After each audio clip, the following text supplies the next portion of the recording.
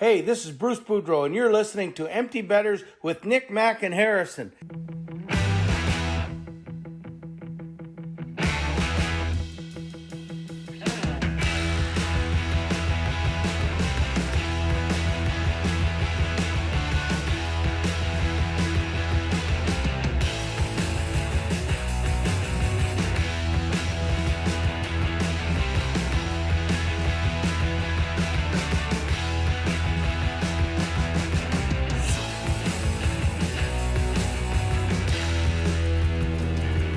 Good morning, everybody, and welcome back to episode 190 of Empty Betters. I'm your host, Harrison Scholes. I'm going to toss it across the screen to my co-host, Nick Manella. How are we doing, my friend? Doing good. I miss you guys already. I feel like we get to see each other like a couple, 2-3 times a year, and it's for like 48 hours max, and we're running around doing 1,000 different things at once. But we had a good time. I had a good time hanging out with you guys at that Caps game and tearing up DC a little bit afterwards for sure.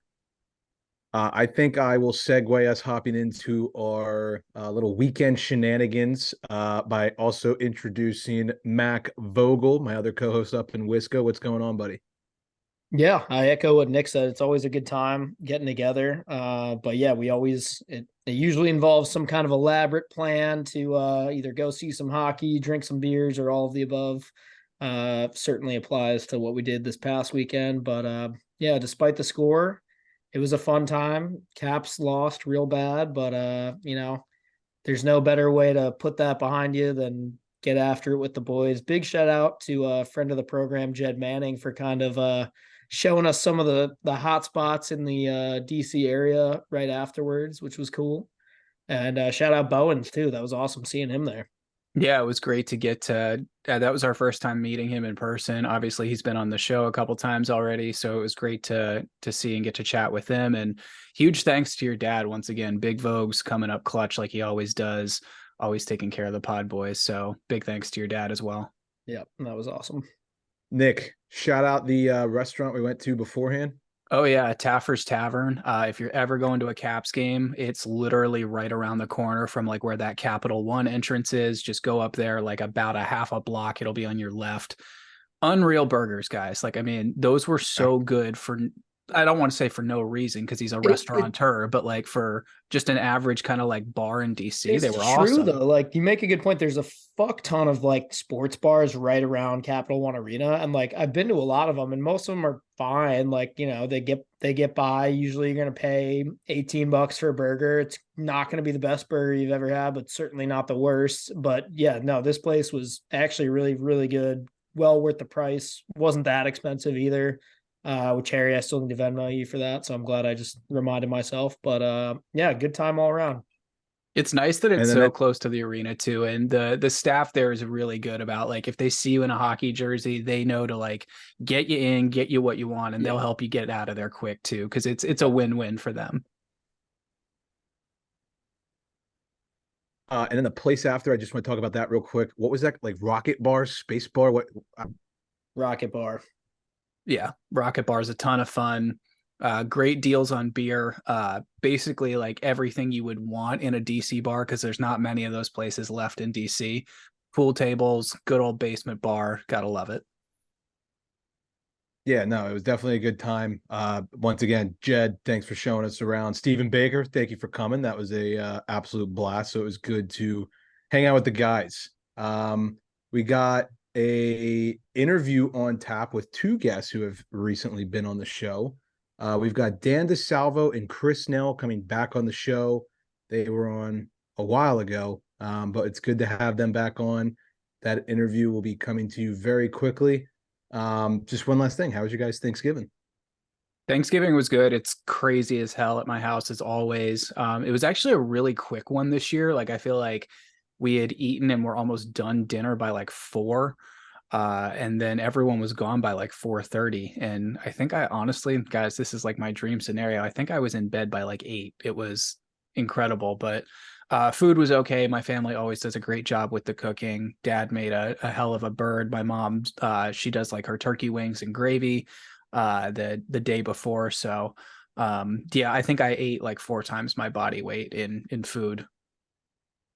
Yeah, mine was good too. I a little bit of an unconventional one, but it's always a little unconventional being my folks are in two different places and whatnot, but they were actually both in the DC area this year. So I ended up going to two separate Thanksgiving dinners, one more of a Thanksgiving lunch and one more of a Thanksgiving supper, if you will, but had some great food. Don't even remember the name of either restaurant, which just goes to show I was having a good time talking to my friends and family, eating some good food, which is what it's all about. And yeah, not much more to dwell on. I think we might as well get into it here, huh, boys? Yeah, for sure. We're going to get into the interview and then we will chat all things Patrick Kane, John Hines, everything going on around the league, Corey Perry. So we're going to toss it off to Chris Nell and Dan DeSalvo right now. All right, everyone. It's now my pleasure to welcome on two guys who it's been a minute, boys, but it's good to have them back. We've got Dan DeSalvo, Chris Nell. Great to see you guys. What's been going on lately? What have you been up to? Get us up to speed because I know it's been a minute. I'll go first. So it's been, I think, a little over 2 years now since I hung up the skates. Gotta be honest, my bag is in my brother's crawl space. I haven't even opened it. Actually, I did sell a pair of gloves, so I did open it. But working for a international supply chain company, working with manufacturers around here that either import or export product from overseas or to overseas. So it's a very, very unique job. There's a lot going on. I just started this one in February. So still trying to get my wings open and learning a lot. And, it's been a good adjustment. It's nice, being in one location for more than 6 months at a time versus packing up all your stuff and either going to a new city or going back home. So, I'm kind of enjoying it. I think I am liking to watch hockey more now that I'm not playing. So that's been nice. But other than that, yeah, life's been good. Missed hockey here and there, more so just like the warm-ups and being with the boys and, messing around out there. But yeah, it's been good. Yeah, so it's been about a year, just over a year for me now. It's going on my second season being out of the playing days. I've pretty much just right away transitioned. I took kind of a part-time sales gig that was really not even really a gig. It was kind of just commission based, no salary.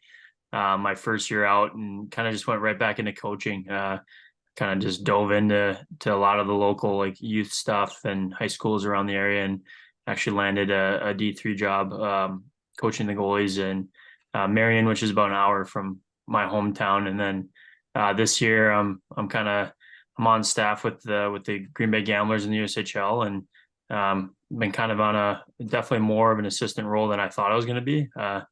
Obviously you always wish the pay was a little bit more, but I guess that's the coaching side of things. And kind of actually been lucky enough doing a lot of goalie stuff in the area, starting my own kind of goalie company here, kind of just taking in as much as I can with youth stuff, high school stuff, still kind of trying to do some of the work with the D3, but a lot of my focus right now is on the Gamblers. And it's been an interesting kind of transition. I think, obviously being on that side on the other side of the office for so long, now getting into this, it's been interesting to see the X's and O's and the video and all the stuff that goes into the coaching side of things. Chris, when you say your own goalie company, you're talking about like, is this like one-on-one coaching kind of stuff or? Yeah. So like this summer, last summer I did just high school kids in the area. Kind of just my first group that I just decided to kind of grab and run with. And then, yeah, just a bunch of one-on-one stuff. And then I'm slowly starting to try to build out like just a more consistent approach to goalie, like just goaltending in general in the area. I think obviously growing up in Green Bay, and that's, kind of the perfect situation coming back with the Gamblers was just kind of finding consistency. Like I had to travel 2.5 hours to get a goalie coach throughout my youth career, and just kind of providing more consistency with it instead of just a one-off camp here and there. And Kind of just really focusing on like that consistent part of it, because I think that's half the battle. And when you get a kid that, you know, goes to 700 camps and learns the same thing at each camp, it's kind of tough sometimes. So you guys have obviously known each other for a long time now. So I want to ask, like, each of you, first impressions when you met the other one. What was like the first thing that went through your head? I'll let Dan start that one. So it kind of goes back when Neller was at Chicago Steel. My brother was one of the assistants there. And were you committed when you came down here visit, or not yet? No, not yet. Okay. So my brother calls me and he's like, Dan, one of the Steel goalies is coming to visit Bowling Green. He's like, take him out, show him the ropes, all this stuff, take care of him. And I was like, okay. And I don't think I had ever met him up until that point. Maybe just saw him in the locker room when I was with my brother or whatever. But in comes this scrawny, tall kid. And I'm looking, I'm like, oh my God, what is my brother sending me? But so we go out, and I don't know if Neller had ever drank him before. And I think he said no. Hold on. That was the summer. I actually didn't go out on my visit. Okay, well then maybe you were committed and you came on. You just came for. Yeah. Okay, so then he just came for the summer or whatever. So we go out, and I think it was during the Stanley Cup when the Kings won it, and so Neller was like, I haven't really drank before. And so I was like, all right, we'll start out. It's a couple small drinks. So he's 3 drinks in. He swears that, I was filling them up like half vodka drinks, and I didn't. They were like more like a quarter or less. So he's buckled after 3 of these drinks. And we're about to go over to this girl's house on the soccer team to watch the game or whatever. And for some reason, we end up in this girl's room. Everyone's watching the game on TV. And I look behind me, and Neller's passed out in her bed. And it was a summertime, so only a couple of the guys were there. And we were just like, oh my God, this guy's giving us such a bad look. So we let him sleep. We watched the rest of the game.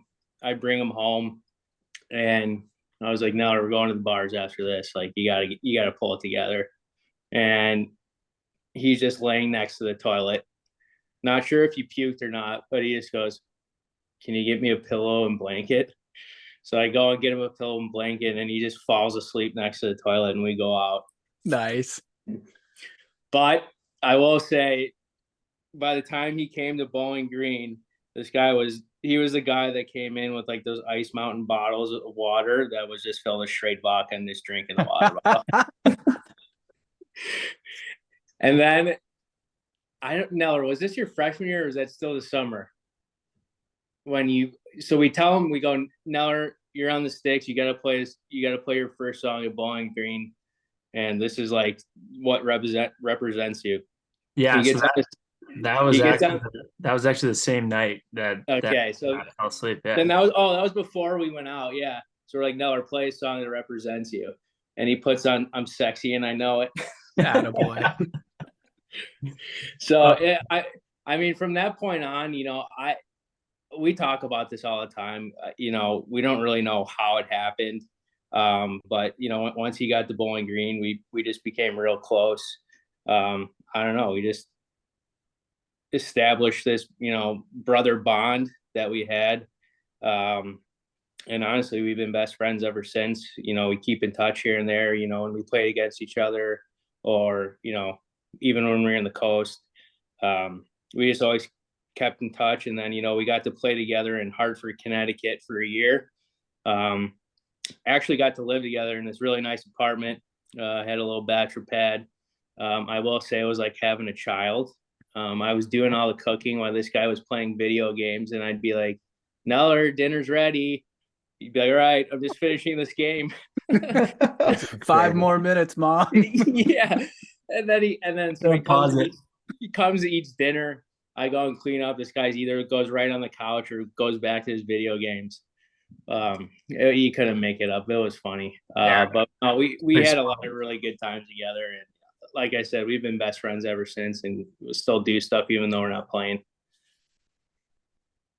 Yeah, like you said, it was just a weird like settings that it kind of just kept happening where we were either just when he'd come back to school before he'd go off to pro or different things like that. And like obviously I think the funniest part is like obviously I came in my freshman year, he was a senior.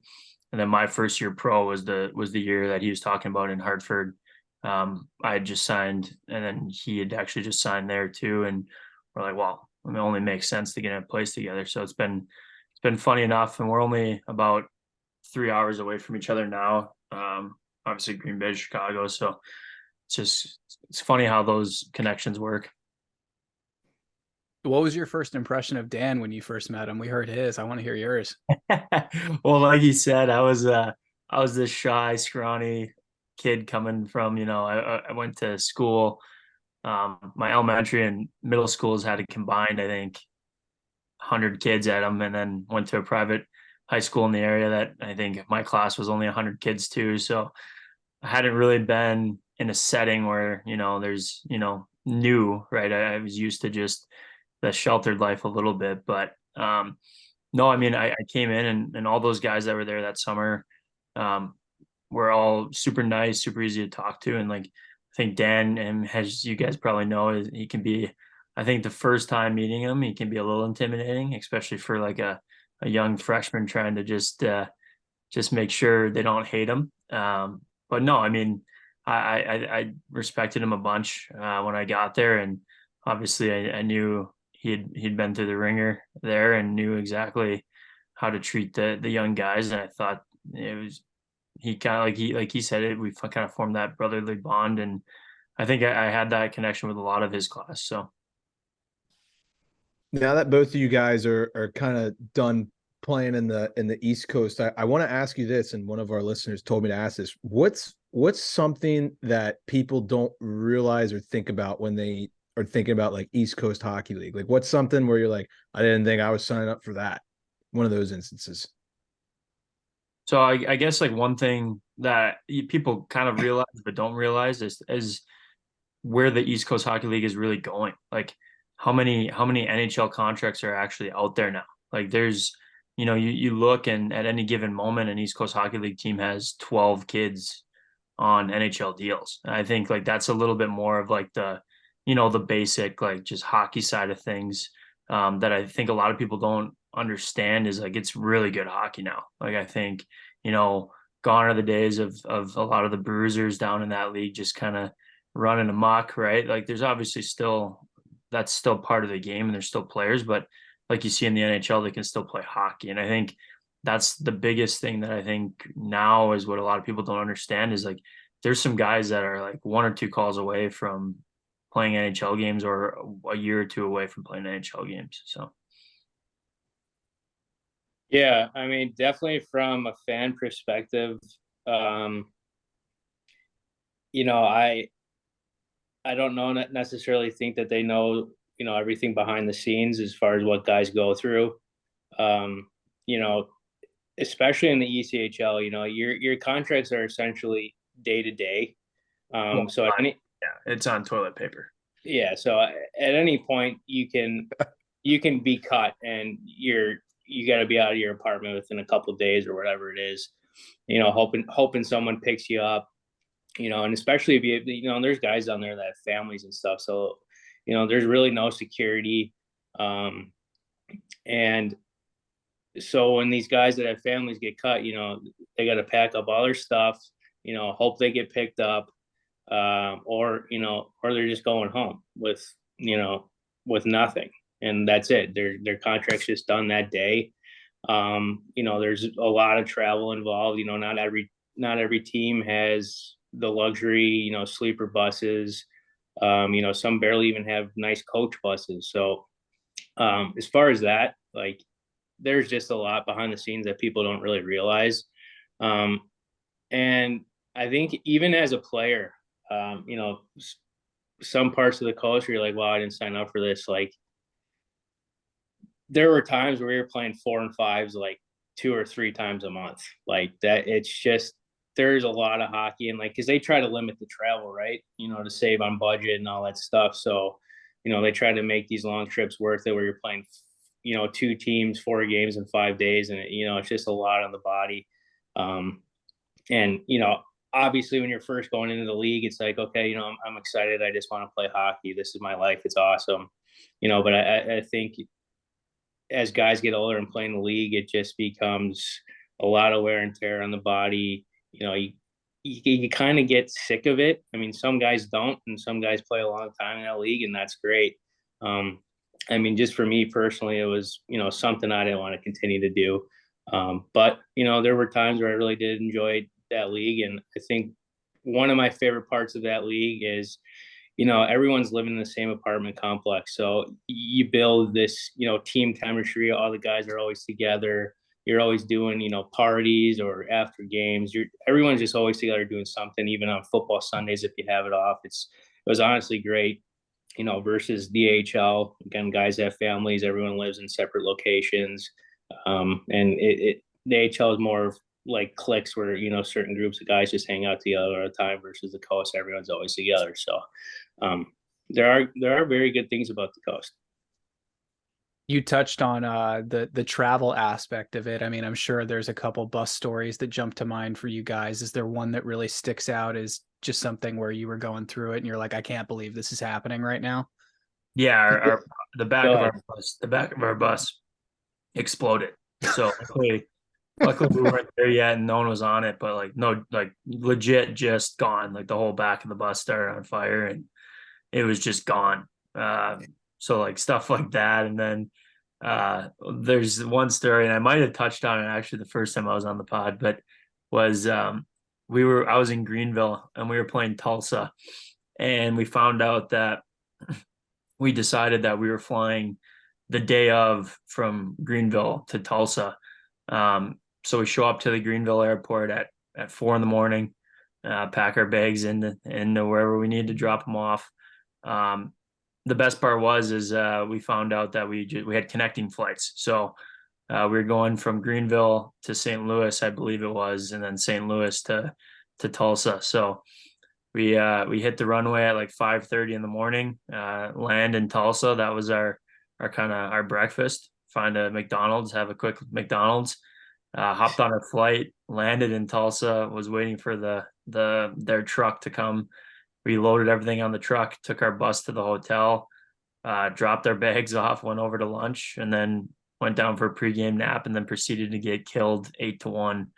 And then tried to rebound the next night. But just stuff like that. And the funniest comment I think I've ever heard was our coach at the time came in after. He said he was sorry to me on my way out. I'm like, because I found out actually I was starting that game at 5 a.m. in the airport. And I was like, oh, that's just horrible. I might have to. I was just praying my gear didn't make it.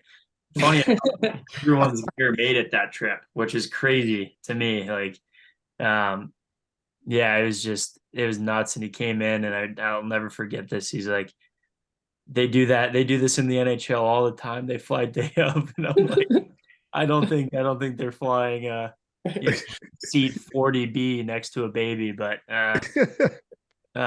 yeah, that's a couple of the crazy ones that I can remember. I for sure told mine on the first pod when I was stuck on a bus for, I think it was like a total of 34 hours or something. It was my first year pro, and that's when I went, oh my gosh, what did I just sign up for? It was a bus trip to Utah and Boise, and we knew a snowstorm was coming, and we decided that it was still a good idea to try and bus home, got stuck on the side of the road for like 6-7 hours, not even moving. By the end of the trip, the boys were all over each other. There was almost a fist fight in the back of the bus with some of the older guys. It was just crazy. What do you even do in that situation? Because it's not like you can just hop off the bus and like run around on the side of the highway, right? Right. So luckily it was like in the, like, I don't know, probably around 2 a.m., something like that. So, at that point, all the boys were just like, we're going to go to bed, and hopefully we wake up and we're starting to move. But yeah, we were playing cards and stuff, and then we started sleeping. And then we obviously got up, still moving, still had, I don't know, like 9 hours left. It was crazy. So we tried to play cards again, and the boys were just getting heated. But other countless stories would be you're waking up, getting off the bus and going to brush your teeth in Denny's right before you go and eat a team breakfast. Nice. Yeah. So, that was always fun. It was Cracker Barrel for us. Yeah. Could only imagine what these people were thinking when we're walking in with toiletry bags and brushing our teeth in the bathroom. Oh my gosh. Yeah, like kind of going off that too is like we had pregame, like we didn't get like my last year pro, we didn't get extended checkout for our series. So like game 2 on the road, Saturday night comes around, we had to check out of our hotel rooms by 11. So we went to the pregame skate, checked out. Everyone kind of brought like pillows and their blankets and stuff, and we had a little slumber party in the locker room right before game 2, and that was it. And they're just like the other stuff like that. Like there was a time that we had a sleeper, so we slept. Didn't get late checkout again, but that time we at least had our sleeper, so we slept in the bus for pregame nap. Like just things like that. I remember on my way down to Florida when I was with Greenville, our bus driver decided it'd be a good idea to just start ripping darts and not open up the window. So I woke up, I looked out my bunk, I'm like, why is it smoky? And I took a whiff, and sure enough, it's just darts on the bus. And that same busy that trip, actually, I don't know if it was his girlfriend, his wife, whatever it may be, on the way to pregame skate, there was just whatever she was to him on the bus riding and all the boys are looking around like, what's going on here? Like, who is this? Yeah. So, and that's like the stuff that I think makes it, I wouldn't say like more enjoyable, but I think it just adds to what Dan said, is just that like camaraderie, right? Like when stuff like that happens, like there's really only like 2 ways that you can go. And a lot of the times, like all those guys down there, for the most part, know kind of what they're signing up for at times. And I think it just adds to that kind of that family setting almost. Like there's not really any clicks. Like everyone gets along because they kind of know it's like, are you guys watching what I'm watching right now? Is this real or is this fake? Like are we actually playing professional hockey, or is this an episode on a TV show? So I think that's part of the fun, but also sometimes it can get, like Dan said, after a while, some of that stuff can get kind of taxing for sure. I got a curveball for you. We're a big uniform podcast. We love talking about like jerseys and stuff. What's each of your favorite like uniforms for any either pro, college? What do you think's like the slickest look that you've gotten to rock on the ice? Ooh. We personally have rocked, or just our favorite in general? Yeah, that you guys have worn. Oh, a lot of people, and I think it might just be you have to go to Bowling Green to agree with this statement, is a lot of people don't like our jerseys, but I loved a majority of our jerseys that we put together at school. I don't know. Obviously, if you take all the apparel that we got and put it outside, then it's probably not. Like I know one year we had an all brown tracksuit. I don't know what we were thinking on that one, but I really enjoyed wearing like those colors just because I think it's unique. I always loved Greenville's logo, the Swamp Rabbits. I loved that logo. Those kind of my 2 I can think of right now. Yeah, I would agree with Nell.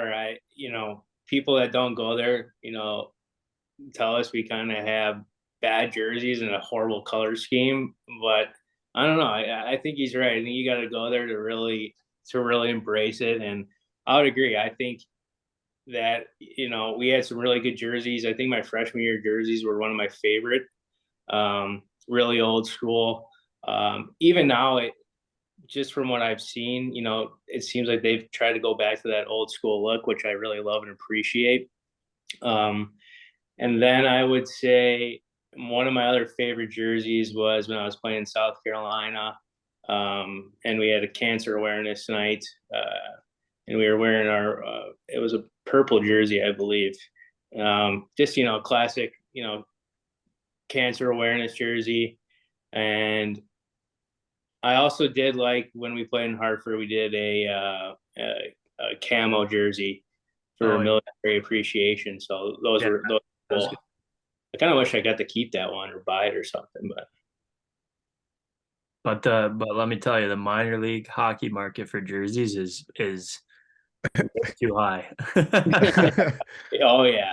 Sometimes, like, I know in Greenville one year, I no joke, I think we had 12 specialty jerseys, so half of our home games. And it was shout out to these people, man. Like, they support like that league, and like without some of those people, I don't know where, they would get a lot of their money, but I don't know how these people did it. They're spending like $800-900 a jersey, and they're buying 2 or 3 jerseys, if not more, a year. And there's some insane ones. Like, we've seen like the SpongeBob night, Star Wars night, like the Christmas ones around like Christmas time and stuff like that. They go crazy. Well, did you see recently this year the team that wore the ref jerseys? Yep. Yep. It was the most confused I've ever been watching a hockey game, but I think the Iowa Wild, the Iowa Wild just did like Iowa Wookiees or something like that too. Oh yeah, those actually look pretty cool. Those were sweet, but like they were apparently the fans like were making noise like, where can we buy these jerseys? And like you said, they were like, all right, you're right, like we'll auction them off. But all they had was like the game worn ones. So like I looked and each one's going for like 900 a piece, and I'm like, dude, I can't. Yeah, right. That. Oh, and then we had a SpongeBob night, and we had we also had Reptar jerseys, and like these things were going for at least like 700 plus. I'm like, I love the idea, but it's just like, you got to be crazy to spend money on a jersey like that. I mean, I guess if you have kids and stuff who watch your shows, I guess that's cool. Yeah, so, I mean, like even like, I mean, like my 1 year in Tucson, like I was a third going in and pretty much a glorified third coming out. Like, and I don't know if it's just that they fall in love with the player and they get it, but like my jersey ended up going for, I mean, not even that much comparative to some of them. Like, I mean, I've been a part of some that end up at like $1,600-1,700, and I just almost feel bad when someone like buys a jersey for that price, and you're like, oh man, like I wish I could like tell you not to do that. Tucson's got, I feel like, one of the most, like, it's one of the best names for an American League team of all time, though, because the whole Roadrunner Coyote thing, that's hilarious. Yeah, 100%. And actually, like, they did have a couple cool ones when I was there. Like, we had an El Lazo jersey that was actually pretty sweet. But yeah, I mean, I think unfortunately, like for minor league hockey, we'll just never get to the point of minor league baseball. I think there's just too many good names and jersey combos with the minor league baseball out there. No, I want to ask you this now that you're working with some younger guys. There's a lot of talk about like kids coming up, pulling off like Zegras behind the net and between the legs shot. The kid, Zach Benson, did it the other night against Washington on his first career goal. But I feel like nobody talks about like the young goalies coming up. Like what are goalies doing where it's like, what the fuck is this? Like you're not supposed to be doing that. I just want to make a quick comment first. I don't get, as a forward, I would never think to try this stuff. And I see this stuff. I'm just like, what in their brain point? Like, how do they think to do this? Like, I just never in my career, like obviously in practice, you practice doing that stuff, or like you're trying it, but in a game would never cross my mind. And I think it goes to the skill that is being brought up now, and just young kids and focusing on skills, and I think it's awesome. But sorry, no, go ahead. No, and I think kind of like, not to answer your question, but I mean, if you did that when you're kind of coming up the ranks, you would get killed, right? Like someone would be chasing you around the ice trying to end your career. And I think that's a little bit of the difference, is like there's more respect when it comes to skill. Like if they do that, it's like, you know what, if you can catch them doing it, then kill them, right? Then hit them hard and make them pay for trying to pull something like that off. But there's not there's not a lasting effect. Like once that happens and they don't get it and you don't hit them, then it's just right back to the game. And I think that's I think the difference is, you know, people are more willing to try that stuff because they're not worried about 3 shifts later someone just running them from behind out of nowhere. Now back to the goalies, I think the biggest thing, honestly, that I see, like, and it's going to sound kind of just boring, but I think the biggest thing you can see now is goalies that make smart plays, like just reads. Like, I think the ones that can actually read the game and process the game, like the old, you know, like the Flurries and the, you know, even I don't know how he played so long, but he did it at a pretty high level. Craig Anderson, like you look at a guy like that and you're like, how is he still playing? But one of his last years, he had what, like a 930 save percentage. And I think it's all, and you look at kind of like a Hellebuck, like the guys that are super smart, I think are the ones that are starting to wow people, like the guys that can make reads. And, you know, I've been lucky enough to work with, you know, the first goalie that was taken off the board this year in Adam Gajan. And one of his biggest assets is like, he's better at some breakout passes than some of our D some nights. Like he can, you know, he stops and he's just a third defenseman. I think those are kind of the areas that I think you are starting to see goalies start to kind of separate themselves, and it's a little less flashy, just because of, you know, the game moves so fast that it's really hard to play like a Marc-Andre Fleury now or a Jonathan Quick unless you've been doing it for as long as you have at the level you have. I think it's just the game moves so fast that it's the guys the goalies that are smart, that can understand, okay, this is a 3-on-2, this is exactly what's happening, and they can almost beat those plays by cheating it. And I don't want to say, let's say anticipation instead of cheating it, but right. So like it's the guys that can play the puck a lot better than the other goalies, and the guys that are just smarter. Because everyone, like every goalie now can make saves and every goalie can skate, because that's all we're teaching them. It's the guys that can process the game. And I mean, that goes hand in hand with every position, but I'm starting to see it more and more when working with kids. It's like they just, you know, it's just a bunch of goalie school goalies. And I think that's part of the epidemic we have in the US and North America is there's a lot of goalie school goalies, but how many of those can, you know, use that information and process it when it is a real game?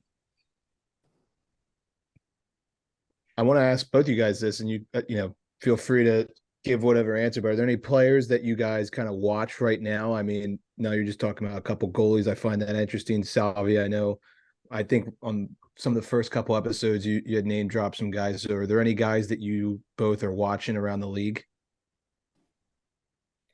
Yeah, obviously, and I remember I mentioned these two guys, Jack Roslovic and Kyle Connor.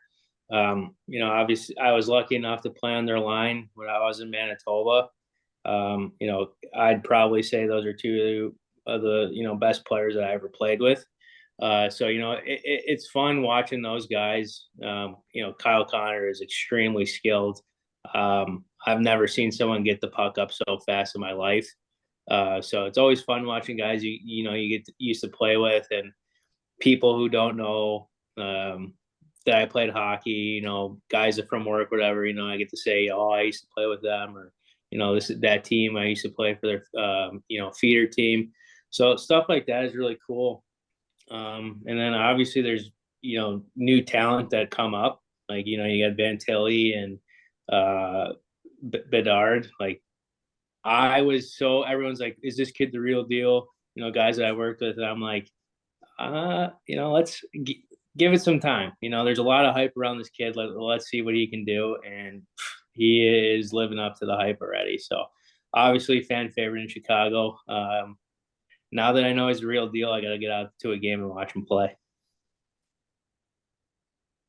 Yeah. I mean, one guy, a little kind of area bias that I've obviously been tracking his whole career. I got a chance to play with him in high school, and I've seen him around the rink in the summers, is Mason Appleton. And he's actually off to a really good start with Winnipeg, and kind of cool to see like local guys. And another guy that, you know, probably, you know, if he was a couple of years younger would be in the NHL, has got a couple of shots at it. Max McCormick, captain down in Coachella Valley now, and just a stand-up guy, like kind of the guys that I've grown up with. There's some guys I've been watching. Really cool to see those guys have some success. And yeah, kind of like what Dan was saying with Bedard, it's kind of interesting to see how quick he's adjusted. And I think you kind of see it. Like, you saw all the videos of him staying out after practices, and like you hear all that stuff, but it comes down to, again, I think for him is just that processing of the game. Like, he just thinks it at a whole different level. I think that's what's kind of cool about these young stars is you can see like they're having instant success because of how well they process the game.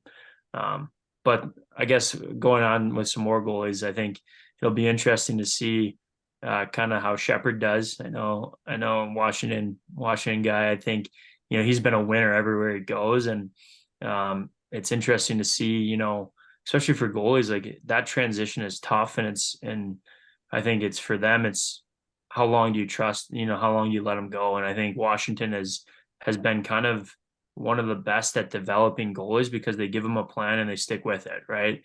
Shepherd's been in their system for what, 3-4 years now. Before him, they had actually the both of these, Vantek and forgetting the other one's name, but Samsonov. Yeah. So I mean, you look at them, right? Like, they started them both off in the coast, then they moved them up to the A, then they moved them up to the NHL. And I think that's kind of like Washington, and I think it kind of started with Mitch Korn. But I think like they're seeing success in that, right? Like, there's not many teams right now that are developing goalies. And I think that you're kind of starting to see, like, a guy like Wolf, like they're kind of giving him maybe too much time, but like, it's interesting to see a guy like that who's continuously showing that he can be at the NHL level. And I think, unfortunately, I think on any other team he would be given the chance by now. But they have, Vladar and Markstrom, which is two tough guys to kind of be behind. But then you're kind of seeing it on the opposite effect, right? Like, you bring in a guy like Devin Levi right away to Buffalo, and he has that instant success, but unfortunately now in the NHL, down. huh? He just got sent down. Oh, he did. Yeah. I didn't see that. So yeah, so then you see that, right? Like, he has that instant success, but how long can that last? Especially in the age of now, if they're not fully dialed in, like pre-scout's a dangerous thing for goalies. And I think one of the coolest things, and I think this is kind of what started goalie pre-scouting in general, was Vasilevsky. Like, you look at him and his numbers for 2 straight years, no one knew what to do. They're like, we can't beat this guy. And then all of a sudden, slowly and surely, I believe, and then, I'm not behind the scenes on teams, but I can only imagine they're like, okay, we need to watch video and well, where do we beat the guy?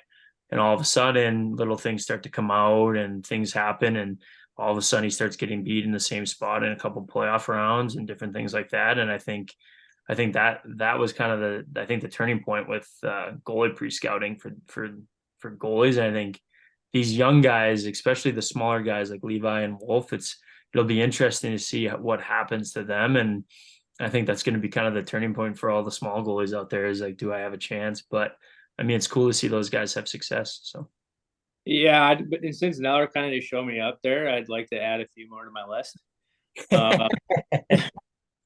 No, but he just reminded me. So like I got to play with Shepherd and also Logan Thompson. So obviously it was cool to see Shepherd. I watched his first NHL game on TV. So that was pretty cool. And then Logan Thompson. I don't think I think he thought I picked on him a lot because he was a rookie. So I'm not really sure where I stand with him. When he was in Chicago, we were DMing a little bit. But it's fun. And obviously, it's cool to see his success.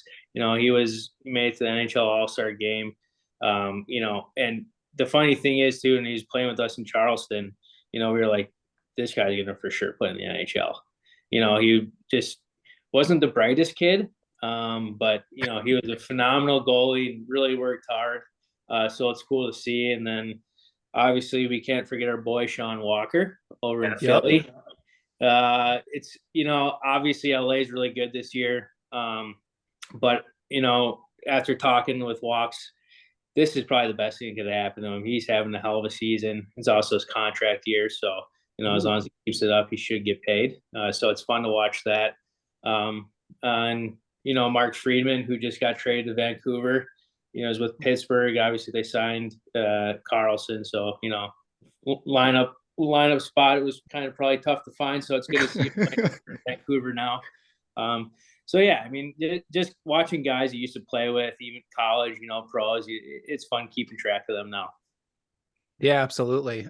You guys both played college hockey, and obviously, yeah, I feel like in the last 10 years, college hockey and obviously the US hockey program has just exploded so much. You're seeing so many more Canadians and import guys come over here to play college hockey versus go junior. What's that been like to watch, and where do you guys think USA hockey stands in the global power rankings, for lack of a better word, now? No, go ahead. I'll let you go. Okay.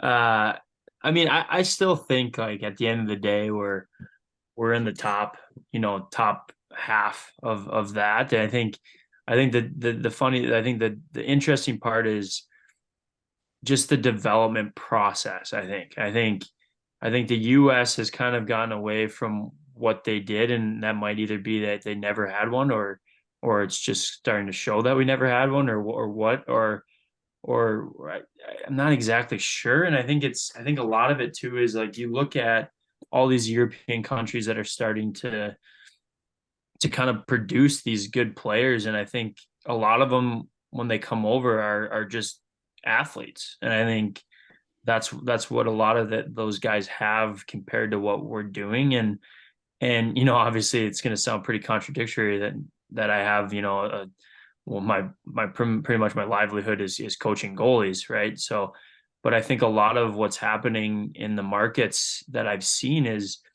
you have all these people that say they have the best program, say they have the best this, say they have the best that, and at the end of the day, it's like, well, you look them up, and it's, what have they done on the coaching side? What have they done in their playing career? I'm not saying that good players make good coaches, and good coaches are always good players, but I think there's a lot of I know best going on, and I don't think there's as much, like, I think it's like you versus me versus you when it comes to the business side of coaching kids. And I think that's where we're starting to see a decline in like our numbers overall, having good players. Obviously our best of the best are really good because those kids find the right situation with the right coach, that they do the right things, and then they get put in a good spot.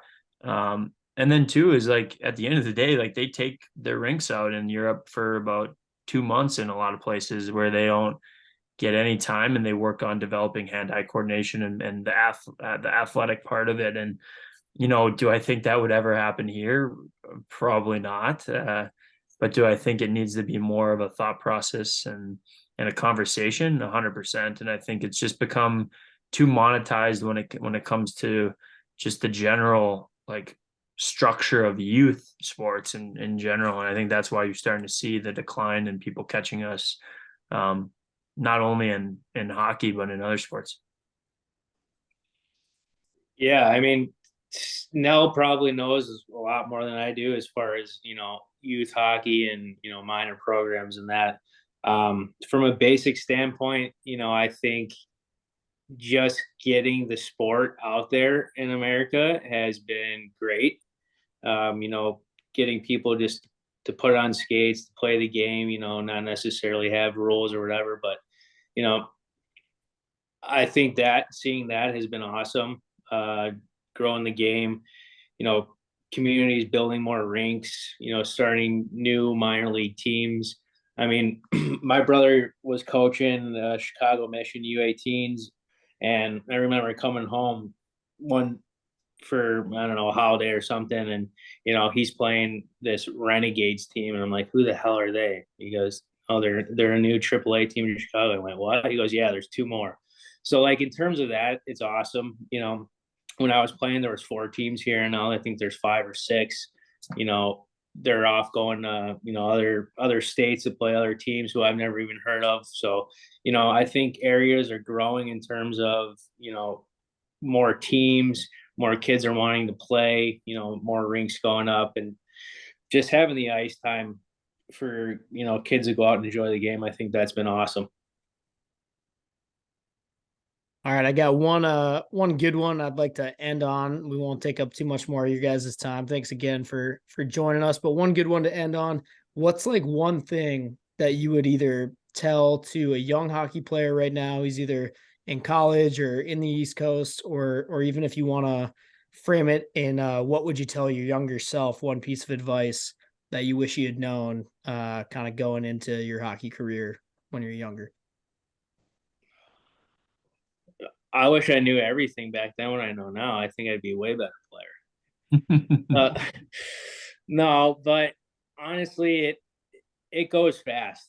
Obviously everyone has a dream of playing in the NHL. And you grow up loving the game, right? And in my opinion, for me, it got to a point where, I was starting to lose love of the game. Then you're kind of playing for the wrong reasons. But I would just, I'd go back and say, enjoy every little moment, enjoy the people that you meet, enjoy the friends that you make. Because it goes quick, honestly. I'm sitting here 2 years removed from the game, and I've met so many great friends. I've met so many great people that, I still keep in touch with today. I wish we lived closer and not everyone lived in different states, so we can see each other more. But it's just the bond you build with other hockey people. It's just awesome. Even if you run into someone, on the street or, whatever, and their son plays hockey or, they play hockey, it's just like an instant connection. Hockey people give other hockey people the time of the day. They know what, that person has gone through. They may be going through the same thing with their kids, and it's just so easy to relate to these people. So for all the little kids out there listening, just enjoy it. Don't think too much. Chase your dream and play as long as you can, and you'll have plenty of memories to go back on. Yeah, I mean, that's pretty spot on. I would kind of say the same thing. The only thing I would add is just like, I think to my younger self is just it doesn't get better.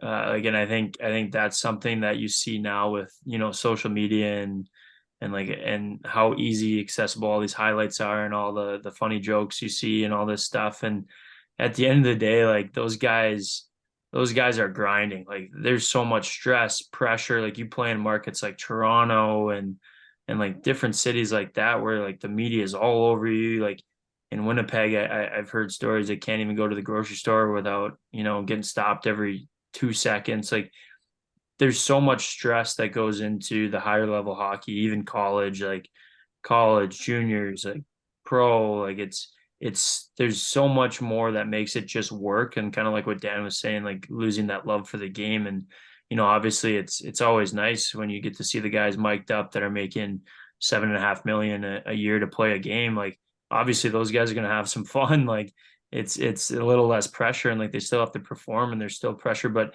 I think it's just like enjoy that the ride, like Dan's saying, because it doesn't get better. Like it only gets more business like as you get up to as you climb the ladder. And it's fun when you're younger, and I think there's too much of a push to I did the same thing. And when you're in juniors, you're like, oh, I can't wait for college. And then you get to college, you're like, oh man, I wish I was in juniors. And then in college, you're like, oh, I can't wait to play pro.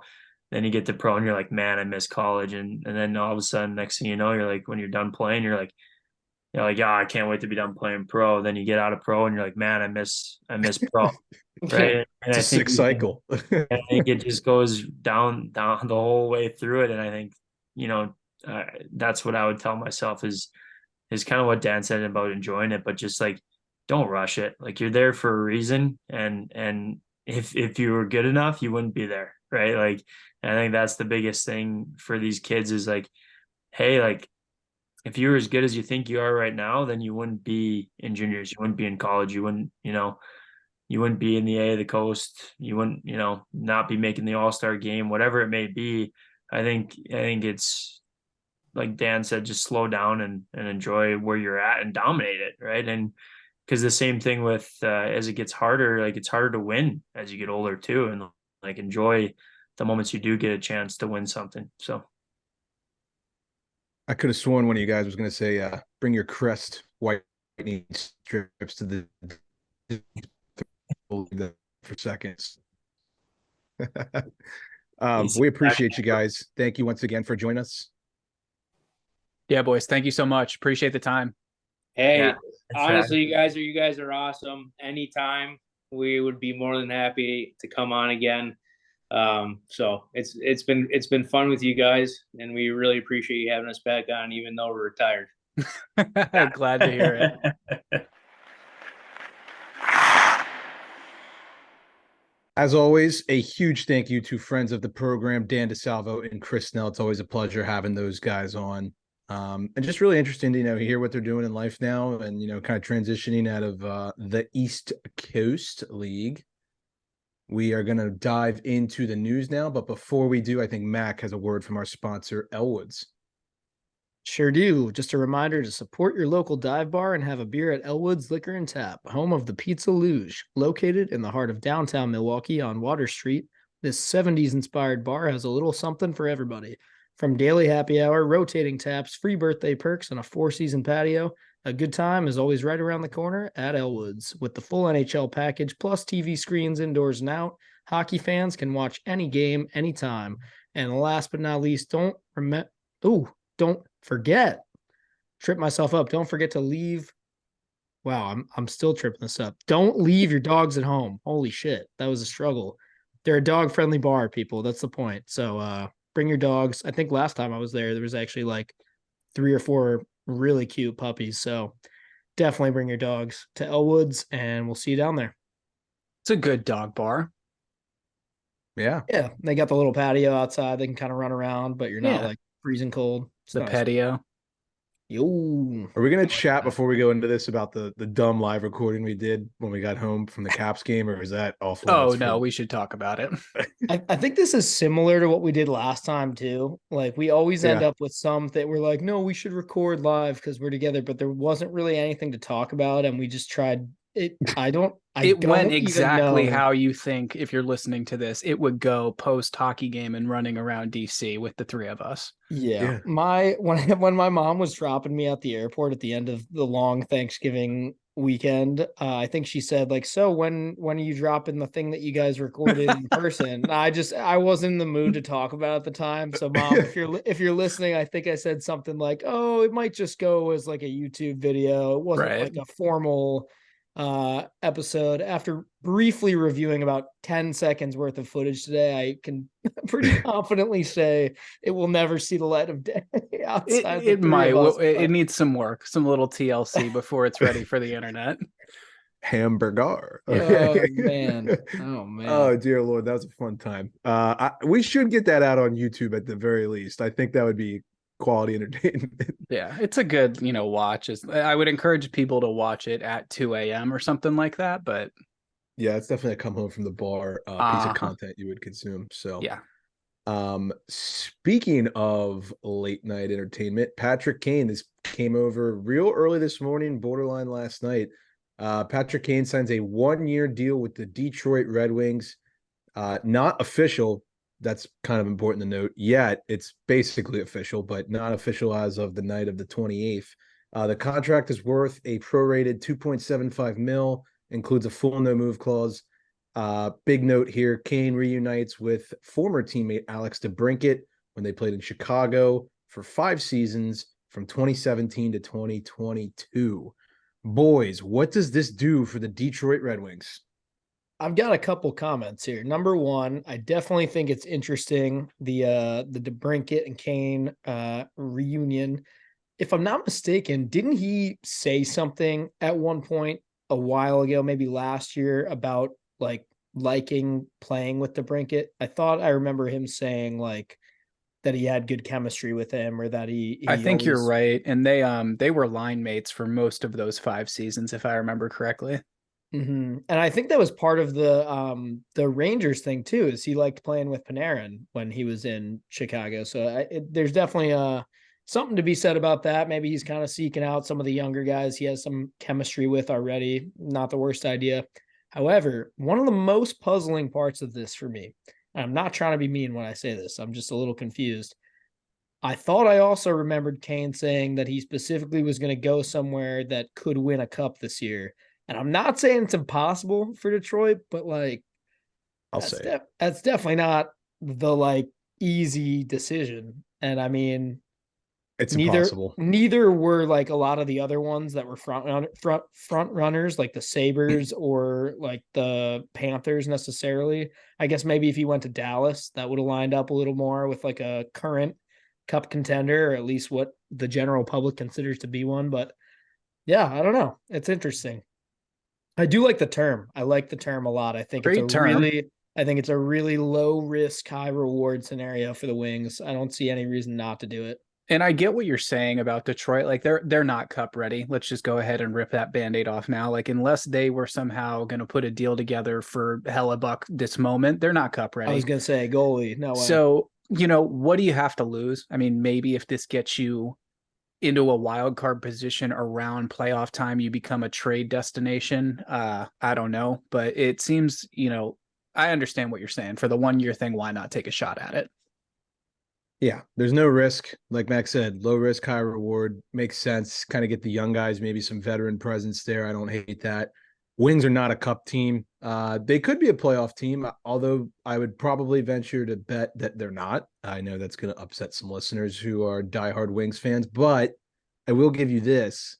I would argue you're like top 3 fun team in the league. And I Definitely. I really enjoy watching the Red Wings play. They're a fun team. And you're on the cusp. It's just not this year, in my opinion. Plus, if you get them like a Wings game on ESPN, choose their broadcast. I mean, Mickey Redmond and those guys are fantastic. This is one kind of interesting piece of research I have to kind of add to the conversation. There are a handful of players that have gotten this same surgery that Kane got and tried to come back. Not many.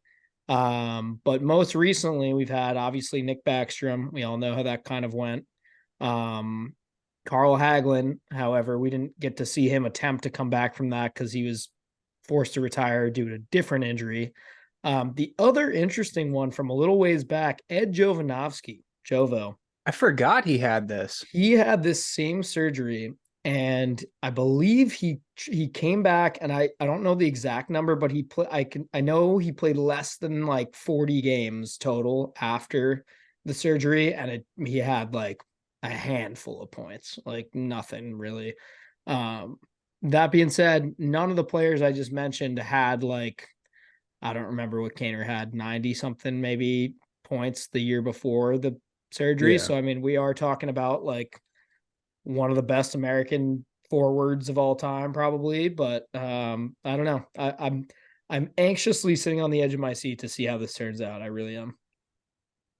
I don't know how much better they get as a whole team, but their power play is going to be a lot better. I'll tell you that. I mean, if there's one thing that he's good for, it's going to be sitting on that half wall on the PP. So that's going to be a huge addition for the Wings. Also, you would think he would be playing with Larkin and DeBrincat on the top line. So that just became one of the best top lines in the NHL, in my opinion. Well, they'll probably start him there, but again, that's Right. where it's like, let's see if he can keep up, because that's where, I mean, specialty guy for sure. Like Yes. you can have a bum hip and run a power play a little bit, I think. But top line minutes, it's going to be pretty obvious pretty soon if it's not going to work, I think. So how about the Hawks fans? Poor Hawks fans. It's been a rough week. We'll get into that in a second. 48 hours. But this goes on top of it. It's like, Jesus. It's almost like they had it coming. No, I'm just kidding. It's good to see that I guess Sprong is going to give up 88 so Kane can wear it. I think like we talked about this like 2 episodes ago. It would have been weird to see Kane earn anything but 88. So yeah, class act. Yeah, very classy from Sprong. Absolutely. All right. Well, we're going to move on to a Western Conference team who just made a huge change. Well, the Minnesota Wild have fired Dean Evanson and replaced him by hiring John Hines. Evanson went 139, 73, and 27 in the regular season. In the playoffs, he ended up out in the first round 3 different times. And then in the bubble Mickey Mouse playoffs, he was out in the qualifying round against the Canucks. They bring in John Hines, who was most recently the head coach of the Predators for better part of 4 seasons, and he was named the head coach of the Predators in 2020. and he carried a .576 winning percentage. He also qualified for the Stanley Cup playoffs in 3 consecutive seasons while in Nashville. What do you guys think of this move for the Wild? It's tough to see, honestly. I mean, I know the Wild are a little bit of a dumpster fire, but as a Caps fan, I got a little soft spot for Dean Evison. I mean, I don't know him personally, obviously, but he just seems like a good guy, and he seems like he cares a lot. I've heard good things from players and interviews and whatnot. But I think it's a case of maybe not necessarily his fault, but time for a change, and this is kind of the easiest thing to pull the trigger on. That's my read on it. Ding, ding, ding. You nailed it. I mean, look at his record, 139 wins, 73 losses, and 27 in overtime. I mean, that being said, the playoff thing is like, I mean, obviously that's not good enough, but for sure, but I don't think Minnesota was a legit playoff contender in any of those playoff series. I mean, maybe they once. Lost to every time. Vegas, St. Louis, Dallas. And I'm pretty sure that St. Louis season, the Blues were actually like pretty good too. So I don't know. It's tough, but John Hines, I mean, at least that's a guy with some experience. I think you see it more and more in the NHL now. It's kind of a carousel of musical chairs of NHL coaches these days, which is why it's interesting when the Caps go for a guy like Carberry and stuff like that. But even him, right? He's on an NHL bench elsewhere prior to that. Sure. So it's I think Evison will get hired somewhere else, no question. I would think so if he wants to. I don't know how old he is, or if he just. I know he's kind of got the Silver Fox thing going on, so it's hard to say how old he may or may not be. But no, I think if he wants to, he could probably get another job. I mean, the Wild currently are the 3rd worst team in the league. The only teams below them are the Blackhawks and the Sharks. So it's certainly not good in mini. Kaprizov, he's got 18 points in 19 games. I've watched a couple mini games. God bless my soul. He's just doesn't look himself. I mean, I talk about him as like one of the best, if not the best, left winger in the league. I think I said that last year. Hasn't really lived up to that. And then Matt Boldy, this guy, 12 games played, 1 goal. Total like 180 from last year. That kid was almost like 1.5 per game down the stretch for the Wild, and then just a little bit of a sophomore slump here, which, you hate to see, but, this happens with young players in the NHL. Boldy, I'm not concerned about, but like when you talk about Kaprizov, who the hell does that guy have to work with? I mean, Ryan Hartman and Eriksson Ek. I mean, other than that, I mean, typical Minnesota fashion, you have one good player and then you're looking around kind of going, really? This is it? It sucks. I want so much better for this team. Like I have wanted so much better for this team for a while now. And it's the state of hockey. You don't want to see them be mid to bad, but that's exactly where we've been for like they went from the North Stars to this. Yeah. It's not fun. It's not. I feel for the Wild fans. We've got some Wild fan friends out there and friends of the program. So, we feel for you, but it's still early. Maybe you can turn it around. There's always the 2019 Blues. So we've seen it done before with especially I think we were talking about with was it Fair? I think that we were saying it's interesting to see what happens when you fire a coach mid-season and hire a new guy, and a lot of times you see a team do a total 180. So keep your chin up, mini fans. Maybe maybe things will turn around a little bit from here. And if not, you have like 8 different college hockey teams to root for. So just do there that. You go. There you go. And unlike Detroit, top 3, not fun team, in my opinion. No. Agree. But again, it's like, that sucks because like they should be. Like we want, like they have all the ingredients. Great horn, exciting broadcaster, amazing green, diehard fan base, pretty good uniforms for the most part. Like, yeah, they like should be good. And then you watch them and you're just like, oh my God. Green's a great NHL like team color. We need one more green team in the NHL, I feel like. Yeah, I could get behind that. We had the Whalers for a while, but at that time we didn't have the Wild. So or the Stars. No, there was a period of time where the Stars and the Whalers were both in the league, according to my background here, apparently. That is the end all be all. Right. Anyway, enough the about textbook, uniforms. the holy book. Getting sidetracked here. Speaking of the no fun in Minnesota, Marc-Andre Fleury's mask. A lot of people heard about this one as part of Native American Heritage Night to honor his wife, who is Native, by the way. Fleury had a custom designed mask created by Cole Red Horse Taylor. Talk about the coolest middle name in the world. To honor the Native people. The mask had quotes from his dad on the back of it and also had the names of his kids. The NHL has informed him, or they informed him, I guess this is past tense now, that he could not wear the mask in warmups, and the Wild and Fleury were both warned that there could be severe fines from the league. Fleury wore the mask anyways. It was beautiful, by the way, and it is unknown at this point if the NHL followed through with their threats regarding the fines. Fleury has balls of steel. The mask looks sick. We can't have fun anymore. The NHL is a PR disaster. I don't know what else to say. Also worth mentioning, I think I saw that after he wore it the one time, he like put it up for auction or something. Yeah. And I think he said whatever he gets on auction price, he'll donate towards like Native American, some charity or something like that. I should know it, but I didn't do my research. I just remember seeing something like that. I know it's going towards a good cause, so that's good. I think this is just so stupid. The NHL has backed themselves into a corner. They did this with the whole no specialty jerseys and warmups thing. What they're literally doing is just trying not to piss people off. And by doing that, they're pissing everyone off. Like, I don't understand how you can tell this guy he can't wear this mask. And another great example I'd like to bring up is, boys, who won the EBA for best goalie mask of the year last year? It was Alex Stalock with a Native American themed mask. Like, I thought of that when this happened. I don't know. Yeah. With all the progress that the, hockey community is making with the Native American, Native Canadian, atmosphere and space, and they're doing a great job of it to be inclusive. This is just the polar opposite. It is so frustrating to see. Yeah, you couldn't have said it better. I mean, it's honestly almost a comedy of errors to watch what the NHL is doing to themselves, because they're like you said, they're backing themselves in the corner. But more than anything, I feel like they're pissing the people off who they are trying not to piss off even more. Like it's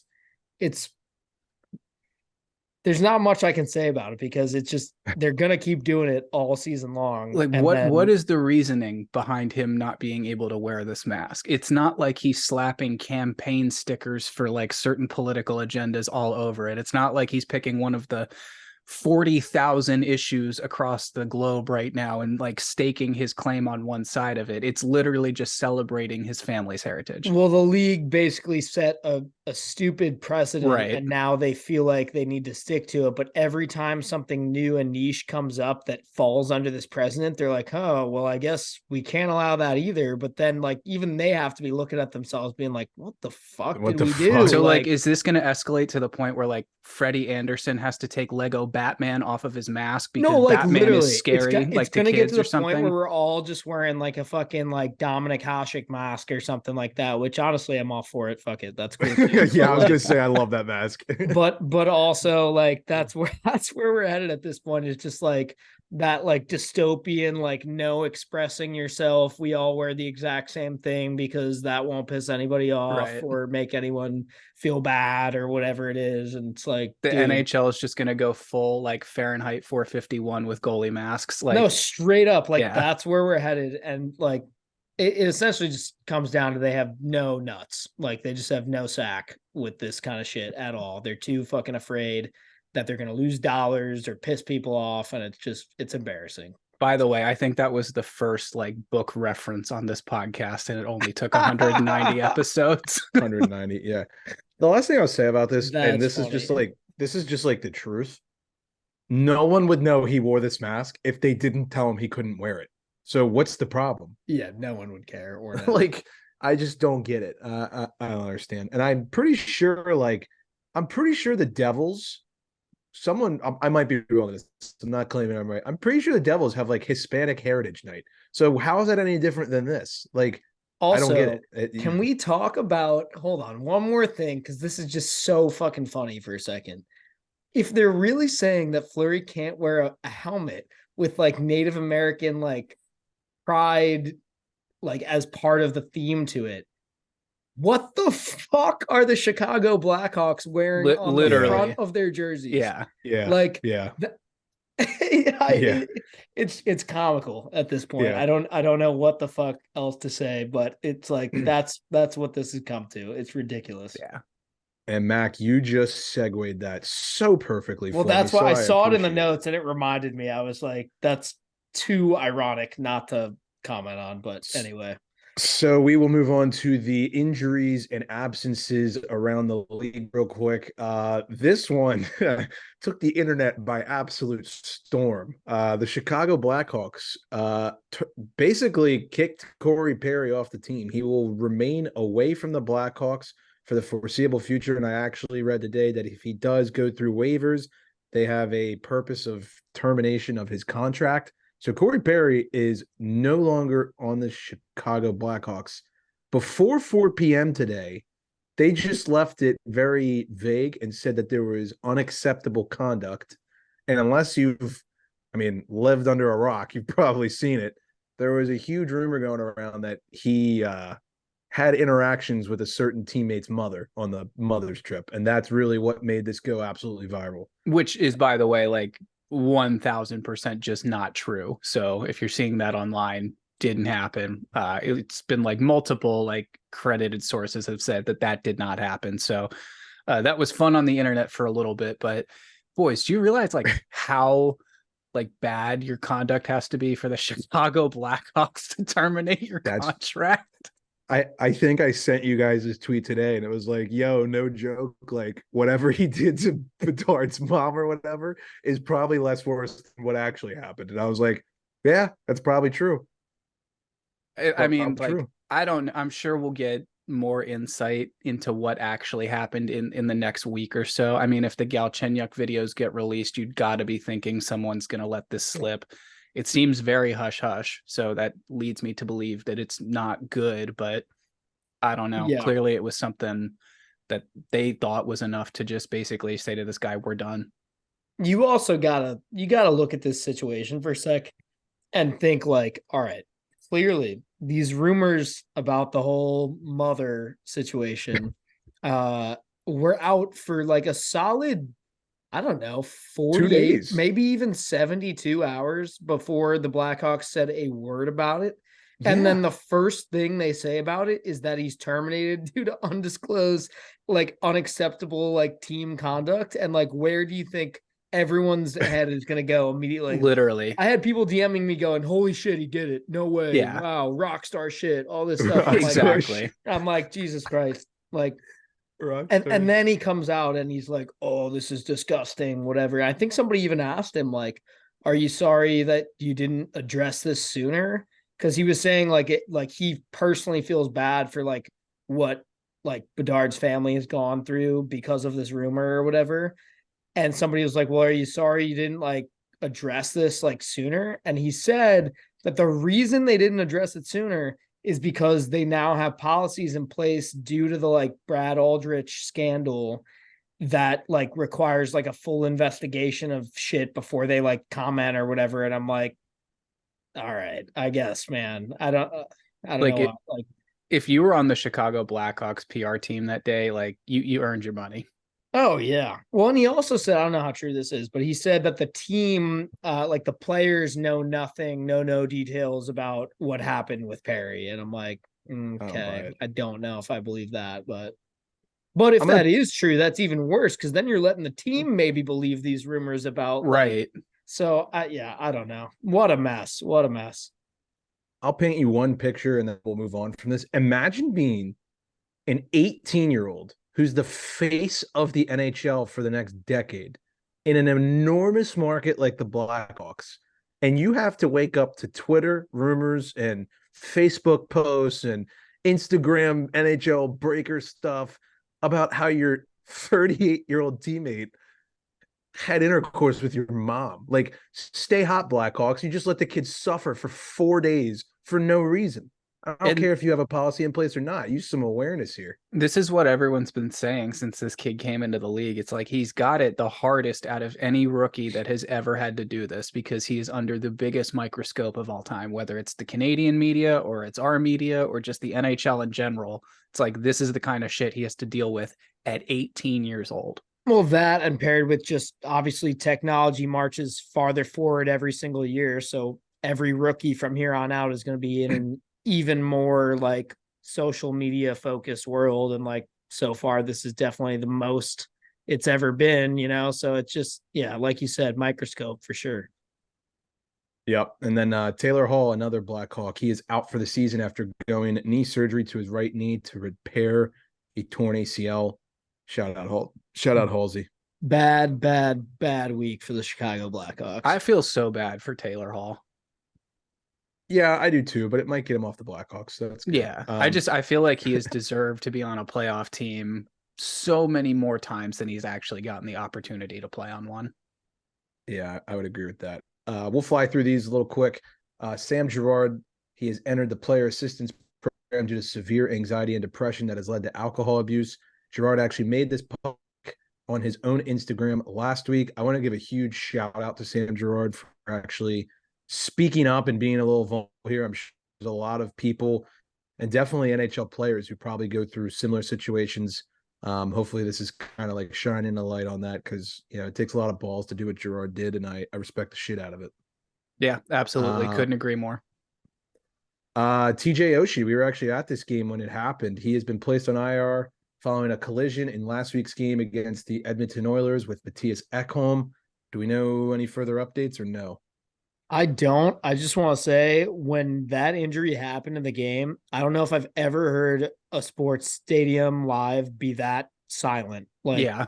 he was down for a while. Like, And I don't think he knows that he left the ice or knew that he left the ice or he was on his back for a while. It definitely appeared to be a head related collision. It was a clear interference, which was also weird, not called. Other than that, I don't think it was that dirty. I think it was just kind of an unfortunate like head contact situation, but I think it was just players crossing at the blue line. It happens. Exactly. But yeah, very sad. Obviously we know TJ has had lots of other recent ailments too, so it sucks adding this to the list, but not much else to say. Hopefully he gets well soon. And we did see an update from Lauren. She posted on her story saying he was doing much better. We don't have a timeline here for, return to hockey. So best wishes. Did not go on the road, and the Caps are on their longest road trip of the year. So correct. That tells you a little something.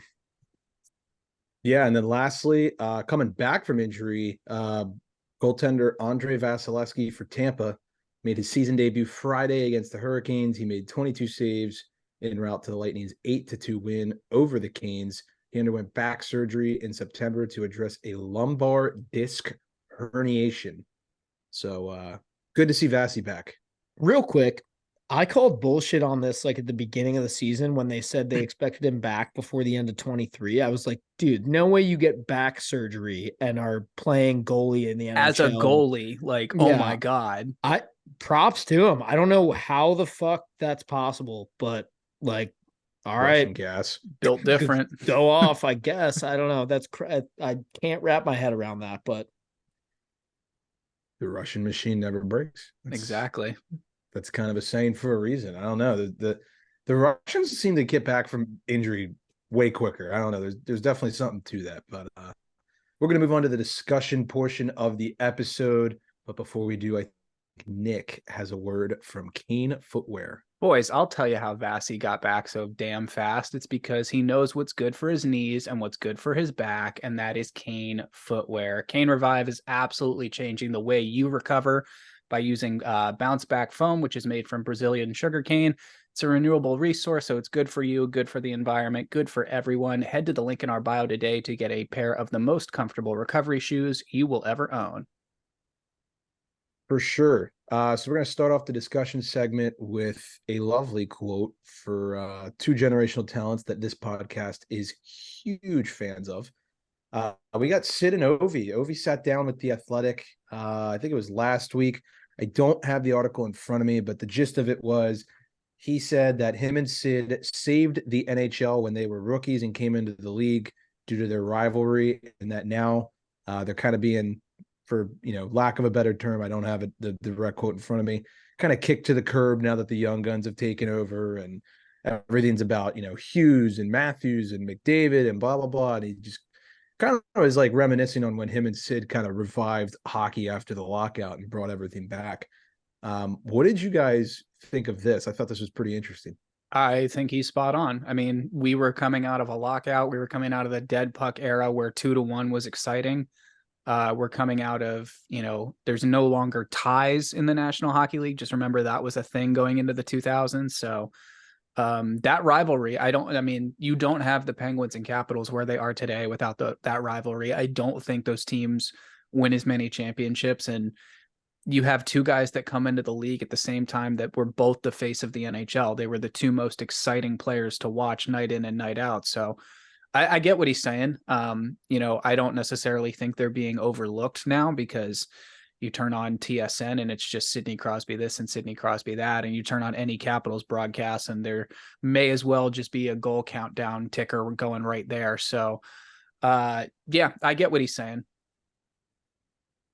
Yeah, I agree. I mean, I think Nick, I like your point about the ties as well. Like, they kind of came into the league in a experimental era for the NHL where they were like, we're going to introduce the shootout, and we're going to, they were changing some rules, and that's also around the time where they just flipped a lot of things around. They switched the jersey, like home teams used to wear the light color. They were just flipping a lot of like norms around and trying to like change shit to make it more exciting. Didn't they trim like an inch or two off of the width of goalie pads too to try and? I think they did. Yeah, They did. I think you're right. Good memory. And I can never remember, but it was sometime around then that they got rid of the 2-line pass. That was definitely a little bit earlier, but 4-on-4 in overtime for 5 minutes, and then the shootout. Yep. No, exactly. So, I mean, he has a huge point. I think it's totally valid for him to say. I would love to hear Crosby's take on this. I feel like he'd probably somewhat agree. But no, I couldn't agree more. I think he's spot on. Can you name me one other player rivalry in hockey history that would even remotely resemble this? Because like this is the Bird versus Magic, basically. I mean, it's just such a good one because they kind of made, like, to Nick's point about how neither team would have, Caps wouldn't have a championship. Pens might not have as many championships without these two players. I think these guys literally made each other better. Like, I think the rivalry egged each other on to like literally your quote unquote enemy or whatever, like fuels the fire a little bit. It makes you want to be better, especially to Ovi's point. You see Crosby win 2 cups kind of early on or whatever, and or at least go to 2 cups early on and then end up with 3, and you're like, Jesus, where's my taste? Like, that just pissed him off, and you could see it in the 2018 run and even some of the runs before it. He was a pissed off hockey player, and I think there's something to be said about how that rivalry fueled each other and fueled those teams. And I think the best way to highlight that is each time those teams won a championship, they played the other one in the second round. Yep, it was the gauntlet. Yeah. I think the fact that they're like same division, like there's been so many other rivalries. And I mean, the one you can like talk about, I don't even think you can call this a rivalry. The Gretzky Lemieux debate for who's better. It's like they were on opposite sides of the continent. Back then, you didn't really play each other cross continent all that much because of travel logistics. Now Sid and Ovi are playing each other, like 4 to 6 times a year. And then let alone before we get into the postseason. I mean, you just couldn't exist without running into that team at some point. And the last thing I'll say on this is ESPN has hockey coverage now. If there is not a 30 for 30 about Sid and Ovi when these guys hang it up, I will burn that studio to the ground. And I'll record every second of it and watch it 10 times. Yeah. I think there will be. There has to be. I don't think you have to worry. There should be. They've done enough other hockey ones that they're not that dumb. They know they got to. Yeah, I'm just like thinking, I'm like, McDavid doesn't really have a rival. Maybe if Kachuk stayed in Calgary, that would have been a good one. But like he doesn't. Like Eichel's moved too much or too early, I guess. Like The only thing I will say, I was actually talking about this with my sister earlier, but I think the Kachuk brothers being in the same division, I don't know how long that'll last, if they'll both stay there forever or not, but I do think that that's one of the coolest things like in the NHL during my lifetime already. Like it's super fucking cool to watch them interact with each other and play each other so often. It's good, but I think the thing that made Sid and Ovi so much bigger was this would be like if McDavid and Bedard came into the league at the same age at the same time and were on the Oilers and the Flames. Like no, two exactly. A1 generational talents. Like Ovi came into the league and was running over adult men. Sid comes into the league and is outplaying adult men. And they went to already established division rivals is the thing. Like there was already some rivalry there, and this just like expedited it, made it that much more intense. And what I'm about to say, it'll never match this, but like we really need like a next generation of this in hockey, in my opinion. Like maybe if the Oilers can get things going, which we'll talk about next, Colorado stays good, you could get McKinnon, McDavid. Like those, McKinnon strikes me as like a fuck you, like we're gonna go right now. I don't care who you are. Like we need something like that just to keep this going. But yeah, I don't think there'll ever be another Sid and Ovi. They're the best rivalry in NHL history, in my opinion. So 1000%. And I respect the shit out of I respect Ovi. It off early in the early years. I'm sure you guys felt the same, but I think there's a mutual respect at this point where it's like, all right, like we went through that. It was in that same blurb that was like, it used to be Ovi versus Crosby. Now it's Sid and Ovi versus the world. Yeah. It's weird how that works, isn't it? Yeah. It was like you remember that All-Star game when it was like Sid, Ovi, and like Ovi Jr. like playing with the puck. I was like, oh my God, that is a photograph for the ages right there. That is so cool. Yeah. But we could probably beat this into the ground for another 48 hours. But we'll save all of you guys the time and move on here. Let's chat the Oilers. I just mentioned it. We talk about them every episode, so we're going to keep that trend going for right now. But McDavid seems to have found his stride. He's got 9 points in his last 2 games. On November 24th, he was tied for 59th in the league in scoring. And 48 hours later, he was tied for 13th in the league in scoring, which is pretty fucking weird to think Who about. were those 2 games against? Does anyone know off the top of their head? Like it wasn't something totally fucked, right? Hang on. Because that is totally fucked, like that stat. But I want to make the sure. Caps in there, right? The must Caps be. The Caps and the Has Ducks. to be. Yeah. Yep. Okay. Yeah, the Caps and the Ducks. I guess that's fair. I just wanted to make sure it wasn't like the Blackhawks and the Sharks. No, but the Oilers 3-3 in their last 6. In their last 2 games, they've turned it up a notch. They've outscored their opponents 13-2. And Mac, I got this one from your dad. Thank God he told us at the game, but I looked it up. 6 of their next 7 are at home. It kind of feels like the Oilers might be turning it around a little bit here. And if they're going to turn it around, I'm not going to be surprised if they do. And now's the time to do it. Now's the time when you can string 4 wins together and go from second to worst in the league to in the playoffs in the Pacific Division, if you do the math.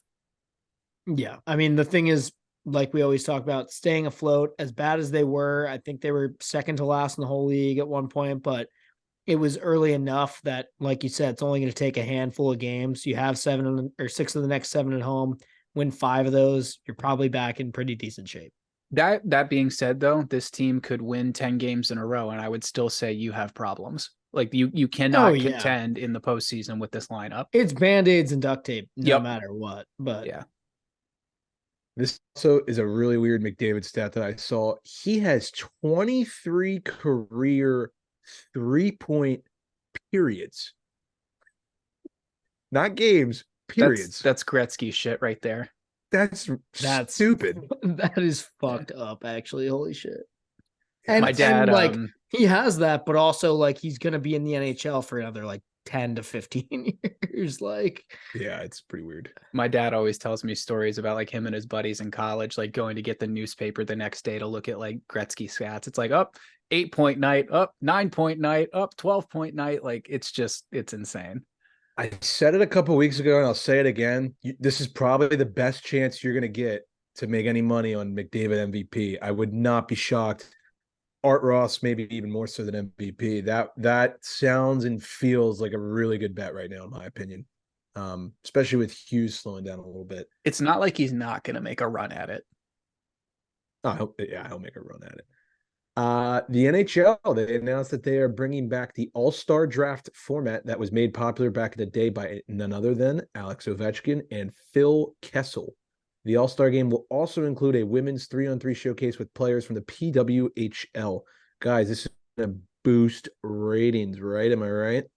I think, if anything, the PWHL stuff will more than the All-Star draft. I don't really see, like, if we're not going to, are we going back to like just 2 teams then? Or are we going to stick with this weird tournament of 3-on-3 where you've got 4 teams made up of like 12 guys each? Yeah, I don't know. That was kind of cool for a second, I guess, the novelty of it, but I'm kind of with it. Like, let's just do East and West again. Can we please go back to East and West? Like, it would be so much fun now. Yeah, because it's also the scores are like dumb. Like, I want to see some stupid like 8-4 East versus West 5-on-5 game, and bring back those like NHL jerseys too. Yeah. With just the NHL logo on Yeah, it. like what was the one like 09 All-Star game, Montreal, East versus West? It went to a shootout. Ovi scores the winner. Kovalev scores. It was electric. And I think the final was like 14-13 or something absurd like that. Excellent. Yeah. Give me that. I think I'm more excited for the draft than I am the actual game. Yeah. No, that part's cool. And that's like, all right, now I don't care. It's like the NBA, the off season, who's going where and leaving for what team is more exciting than the first 3 months of the actual season. Yep. Well, and them adding the draft back to this also makes this like a 3-day extravaganza instead of a 2-day extravaganza, which is just like, dude, like you're always trying to make, this is me talking to NHL TM. It's like you're always trying to make dumb decisions that are going to like make you more money and save money. Now you're just blowing more money, like bringing everyone here and like. And this is why people don't want to play in it. Yeah, no, exactly. Now, Ovi probably heard this and was like, shit, now I'm going to have to get suspended for 3 games instead of 2 games. Yeah, really. That thought crossed my mind. But yeah, the All-Star weekend, it's truthfully dead. Like, it just sucks. I will be fully honest. I don't think I've watched an All-Star game in probably like 6 or 7 years. And the draft, it's fun for the internet memes. Like, whoever goes last will get a chuckle out of it. You know, maybe there's some funny jokes or tidbits, or Ovi does some like, you know, goofy Ovi stuff and we all get a kick out of it. But like in the grand scheme of things, you just gotta, I'd probably do away with it and get a World Cup of hockey. How about that? How about we put our resources towards that? Or like just do the All-Star game, like, all right, Team Sweden versus Team Canada. Here we go. You know? Yeah, divide it up into countries. Why the hell not? That'd be sick. Team North America and rest of world. Why not? That would be pretty cool. I'm pretty sure they've done that before too, if I'm not mistaken. Yeah. Basically, if you're the NHL and you can make 2 changes within the next 24 hours, the first 2 things you should do are go back to 1 through 8 seeding in the postseason and do East-West All-Star games. That's it. I just solved the problem for the NHL. We're done. Love it. Yeah. Love it. So here I love for that too. Absolutely here for it. Let's see if you guys are here for the newest edition of Empty Better's Uniform Police Department. We've got Vancouver and New Jersey as this week's suspects. Let's dive into it. Nick, I'm pretty sure you were probably the one who put this on here, so I'll let you talk about it. 1000%. So the Devils are the latest team to be charged with rocking their home buckets with road uniforms. So the dark color helmet with the light colored uniform. Devils obviously with black buckets on the road. What did we think about this? Mac, let's go to you Less first. offensive than the Leafs thing because it's black, so it just generally doesn't look as crazy. I still kind of stand with my original sentiment if there's really no need for it. You guys are just bored, and I guess you want to bring more items with you on the road or something. It didn't look bad to me, but again, I just was like, I don't need it or care about it. So why are we doing it? I totally agree. Harry? I'm going to disagree with Mac on this one, actually. Not that I think the Leafs one was sick, but I think the Leafs one was better than this. These were just very mid. At least, like, I guess because the Leafs are literally just 2 colors, I can vibe with it. Whereas you got red, black, and white going on with jersey. I don't know. I'm probably overthinking this, but I just didn't really care for it. I think out of all the ones we've seen so far, this is the one that I'm most okay with. And maybe just because it matches the horrible black shoulder blocking on their jersey. But I think that's a big part of it.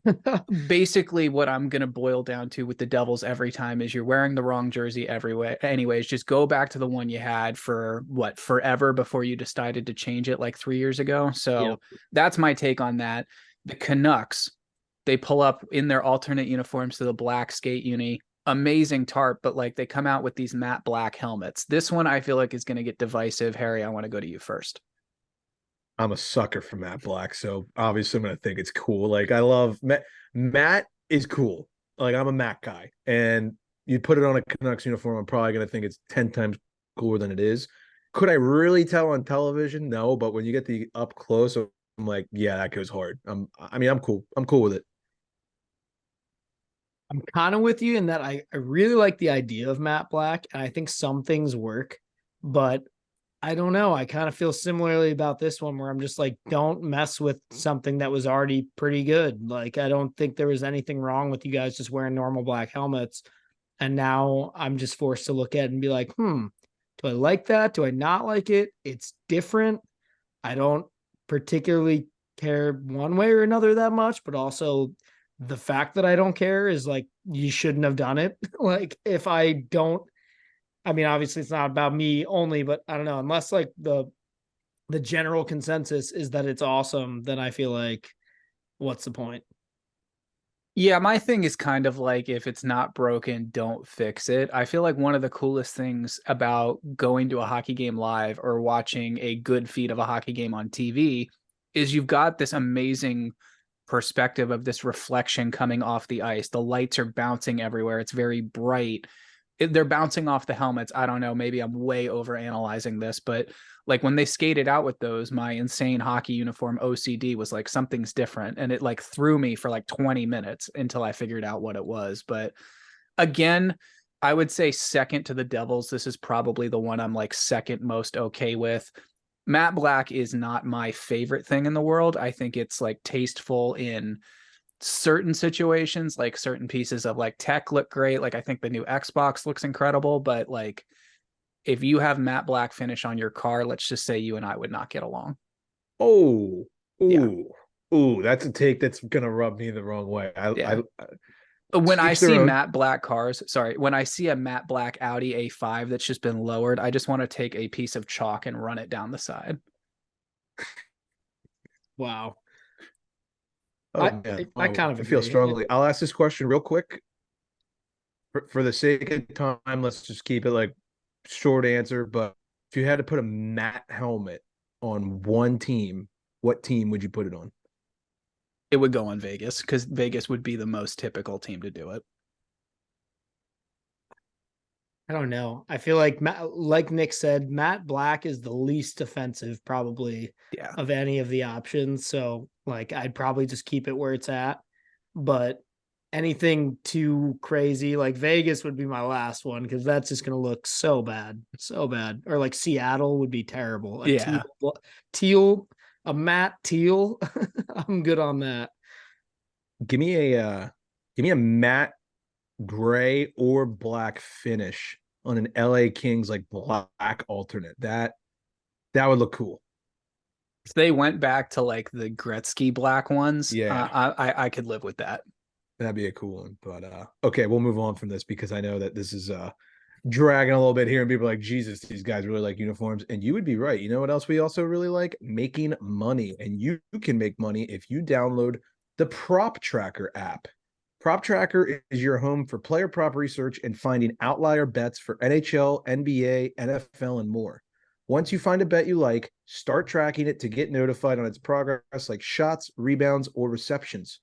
Go to proptracker.com/emptybetters to try a free month of the Android or iOS app. The word tracker in Prop Tracker does not have the letter E. So Prop Tracker is spelled PROPTRACKR. So that's proptracker.com/emptybetters patreon.com/emptybetters. The link is also in all of our social media bios. We're tweeting about them. We're tagging them. We're putting out a little bit of, data. Last night, I think we had the Ottawa over 6.5 was running hot. And then, you know what? The Panthers just said, no fucking way, 5-0. So that one sucks. Was that points or penalty minutes? Because I think we might have cleaned up if it was penalty minutes. Yeah, I wish it was penalty minutes. That would have been nice. So I'm going to read you guys just a couple stats here. We'll start with Vegas. This is a weird one. It took a month out after the season started, but Vegas seems to be in their cup slump right now. They went 9-1 in October. They are now 5-7 in November, and they are only averaging 2.6 goals per game. In 7 of the first 12 games of November, they have scored 2 goals or less and have been shut out 3 times. Why is this important? They are playing the Edmonton Oilers tonight, who have a huge light under their ass. So I'm going to go ahead and say, if you have Prop Tracker and you know this, maybe a little Oilers puck line. I know I'm the one saying that, so that could be a problem. But I don't know. We'll see. Some other props that you guys should be on the lookout for. I'm using the app as I'm reading this right now. Lawson Krause on the Arizona Coyotes. He has goals in 7 of his last 10 games. Stud. Would you have known that without Prop Tracker? Probably not. That's why I'm saying you got to go download. Some other names that have been scoring a lot lately that you might not suspect. Cole Perfetti. He has goals in 6 of his last 10. Who else we got on here? Pavel Buchnevich, 5 of his last 10. Couple other guys here. And then we'll just kind of go over the teams who hit the over the most. Over 6.5, the Canucks have taken first place. 16 of their 22 games have gone over 6.5, followed by the Devils, Lightning, Blue Jackets, and Oilers. You want to be eyeballing those teams if you're betting the over. Another example, I'll just breeze through this quick. If you have Prop Tracker, you can see JT Miller, Austin Matthews, 2 guys who have been putting the puck in the back of the net all year long, both scoreless in their last 2, both on home ice tonight. Feels like something's due there. Just saying. So if this ages nicely and they both score, that is your sign to go download Prop Tracker. Plus, aren't the Canucks playing Anaheim tonight? I believe that is correct, and they are on home ice. There you go. That just feels like a puck line cover and a half. I don't know. But anyways, that's the gambling segment. We'll move on to trivia. Matt, keep in mind we got a couple minutes here. Yep. We'll make this a quick one. Hopefully you guys are smart. Otherwise, I don't know what to tell you. Hate to break it All to right. you, bud. All right, let's see. Hamburger. Yep. On this day in 2014, this is in your wheelhouse, boys. Come on, 2014. On this day in 2014, this player became the 3rd oldest player to score 1,000 points. He hit the magical mark with a second period goal in his team's 3-0 victory over their rival Flyers. At the time, I was going to try and have you guys answer this part too, but in the interest of time, I'll just say it. At the time, only Ray Whitney and Nick Lidstrom were older when becoming members of the 1,000 point club. Damn. That's tough. Your big hint in there was Rival over their rival Flyers. I purposely left out the team he played for, but that sounds like Pittsburgh. Old guys on Pittsburgh in 14. I'm not telling you if you have the team right or not. Not yet. That means We still got a couple minutes. So I'll throw my first guess out there. I know this won't be right. Drew McGinley. No. Bill Guerin. Nope. I don't think it's Pittsburgh. Rival fly. It could be the Caps. It's the Caps or the Pens.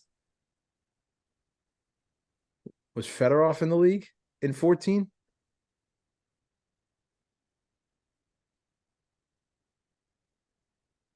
Nobody. You two are just staring at each other as I'm going to say question. no. Nick, you got a guess? It's not Mark Recchi, is it? Nope. Okay. It's not Fedorov either. 2014. It's definitely a Capital or Penguin. Rival Flyers. Who else is rival? I mean, unless you're talking like Bruins, maybe. Are we talking same conference rivals, or could this be rivals from a heated Stanley Cup matchup 3 to 4 years prior? It's a division rival. Okay. It's the Caps or Pens. It has to be. 2014, oldest player, 1,000 points. It ain't the Caps or the Pens. Ooh. Islanders, Rangers. Rangers got the eyebrows up. Let's run with the Rangers here, Nick. 2014 Rangers, old guys. It's not Rick Nash, is it? Nope, but I Okay. like where your Ooh. head's at now. That was a Okay. good guess. That was a really good guess. I got it. Martin St. Louis. Ding, ding, Nice. ding, ding, ding. Nick, Nice that's job. Nick gets partial credit for that. He got the Yeah. light bulb in my head. For sure. Yeah, I figured that was a good, quick, easy one. Damn, that was a good one, Mac. You want to read the whole prompt? Yep, sure. So on November 28th, 2014, Marty St. Louis became the third oldest player to score 1,000 points. He hit the magical mark with a second period goal in the Rangers' 3-0 victory over their rival Flyers. At the time, only Ray Whitney and Nick Lidstrom were older, becoming members of the 1,000 point club. There you go. That's a And weird one because it's like all three of those guys. It are makes you like- think, and there's so many guys that went through my head just from the East. Well, that, they're like, all were three of old them are around then. legends, but like didn't necessarily rack up points like every fucking game. Like Right. they were just like out there doing good shit, but played for so long that they're eventually gonna get there. And it's like, yeah, it's kind of a niche question. That's why I liked it. Good one though, kept us on our toes. Yes, sir. that would have been tough if you didn't steer us in the right team direction. So I appreciate Yeah. that in the I interest gotcha. of time. Yep. I've also heard from this is the last thing I'll say. I know we got to wrap up. I've heard from one listener who will remain anonymous. He has claimed that every time we do trivia, he is somehow driving home from work and he is legitimately like punching the steering wheel. And he's just like, not because he knows the answer, but he's just like, you guys are like flirting with the right idea. And after like 2 or 3 guesses from you and Nick, I know the answer and it drives me nuts. But he also said it's the most entertaining part of the show. That's So, All good. right. I wonder All who right. that could be. Yeah, I think I know exactly who it is, but anonymous. But anyways, we appreciate the love and support as always. Thank you to everyone who listened. If you guys don't have any final notes, we'll get out of here. No, I'm good. All righty. Well, without further ado. Class dismissed.